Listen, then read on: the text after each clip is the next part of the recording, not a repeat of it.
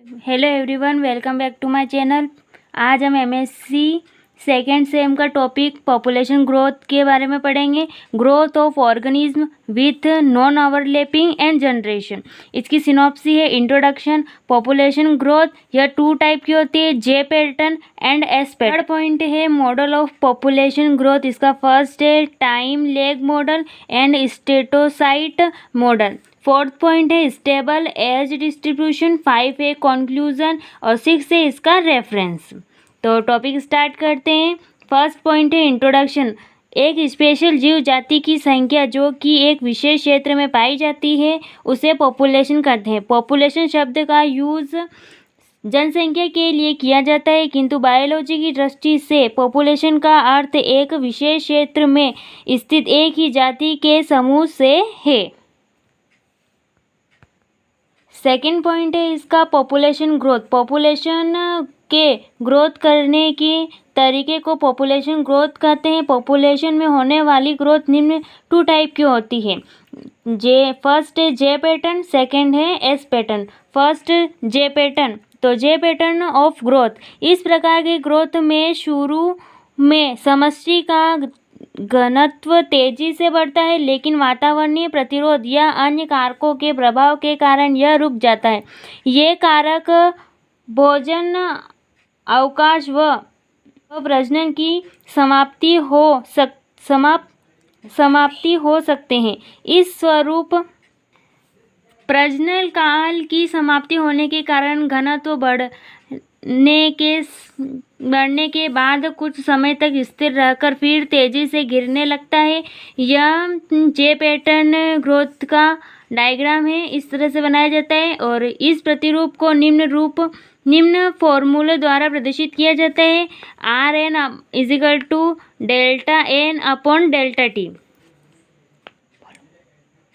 Second है S pattern of growth. इस प्रकार की ग्रोथ में शुरू में समष्टि धीरे धीरे वृद्धि करती है, इसके बाद तेजी से वृद्धि करती है और इसके बाद वातावरणीय प्रतिरोध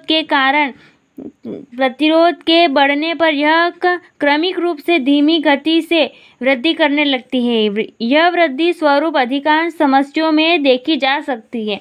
यह एस पैटर्न ग्रोथ का डायग्राम है और इस प्रतिरूप को निम्न फॉर्मूले से प्रदर्शित किया जाता है। Delta N upon delta T equal to R N कोष्टक में K minus N upon K कोष्टक। इसका थर्ड पॉइंट है मॉडल ऑफ पॉपुलेशन ग्रोथ। इसका फर्स्ट है टाइम लैग मॉडल। तो इस मॉडल का यूज कॉम्प्लेक्स टाइप की पॉपुलेशन ग्रोथ को ज्ञात करने में किया। तार्किक सूत्र में यदि अवनित शामिल किया जाए तो दो टाइप के फॉर्मूले प्राप्त होते हैं। फर्स्ट है इसका रिएक्शन टाइम लैग फॉर्मूला। तो वातावरण में परिवर्तन का कारण पॉपुलेशन ग्रोथ पर उत्पन्न प्रभाव को रिलेशन टाइम लैग सूत्र के द्वारा ज्ञात किया जा सकता है। यह इसका फॉर्मूला है delta N upon delta T equal to R N कोष्टक में K minus T upon K और कोष्टक में है टी माइनस आर वन कोष्टक बंद और फिर ये बड़ा वाला कोष्टक बंद। आर डैश का मतलब होता है रिएक्शन टाइम लैग।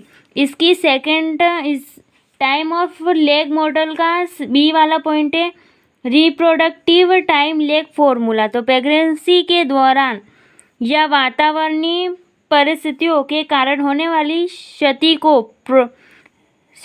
को रिप्रोडक्टिव टाइम लैग फॉर्मूले के द्वारा ज्ञात किया जा सकता है।